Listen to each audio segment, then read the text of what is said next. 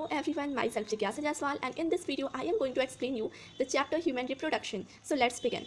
तो फ्रेंड्स, अगर आप इस वीडियो को पूरा अच्छे से वॉच कर लेते हैं तो इस चैप्टर से आपके सारे कॉन्सेप्ट्स होंगे क्लियर। तो चलिए स्टार्ट करते हैं।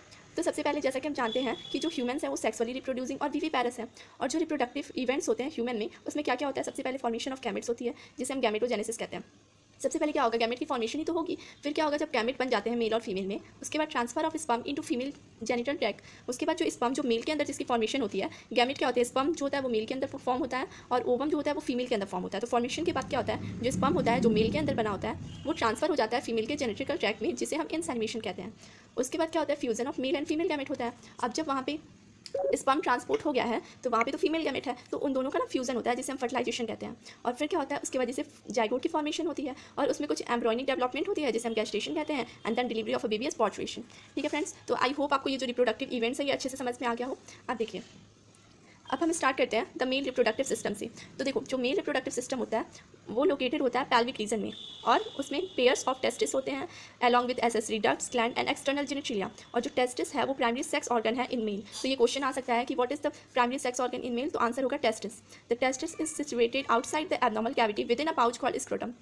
जो टेस्टिस होता है वो outside the abnormal cavity situated होता है और वो एक पाउच में होता है जिसे हम स्क्रोटम कहते हैं। यानी जिस पाउच में टेस्टिस होता है उसे हम स्क्रोटम कहते हैं। Scrotum help in maintaining the low temperature of testis. और इसका काम क्या होता है, इसका काम होता है कि वो जो टेस्टिस है उसके टेम्परेचर को वो लो कर देता है, lower than the normal internal body temperature. ठीक है, तो क्या करता है कि जो टेस्टिस है उसके टेम्परेचर को लो कर देता है, और लो कर देता है किससे, इंटरनल बॉडी टेम्परेचर से। ठीक है, और जो कि बहुत जरूरी होता है स्पर्मेटोजेनेसिस। स्पर्मेटोजेनेसिस क्या होता है, स्पर्म की फॉर्मेशन के लिए वो बहुत जरूरी होता है। Testis is oval in shape with a length about 4 to 5 centimeter and width of about 2 to 3 centimeter। यानी जो टेस्टिस होता है वो ओवल शेप का होता है और उसकी लेंथ कितनी होती है, 4 to 5 सेंटीमीटर होती है, और जो उसकी विड्थ है वो 2 to 3 सेंटीमीटर होती है। और टेस्टिस जो होता है वो कवर होता है एक डेंस कवरिंग से, और each testis have about 250 compartment called testicular lobules. और हर टेस्टिस के पास 250 कंपार्टमेंट होते हैं जिसे हम टेस्टिकुलर लोब्यूल्स कहते हैं। ठीक है, तो ये समझ लीजिए कि हर टेस्टिस जो होता है, ईच टेस्टिस जो होता है उसके पास 250 कंपार्टमेंट्स होते हैं, छोटे छोटे 250 कंपार्टमेंट्स होते हैं जिसे हम टेस्टिकुलर लोब्यूल्स कहते हैं। फिर ये जो डायग्राम है ये मेल रिप्रोडक्टिव सिस्टम है।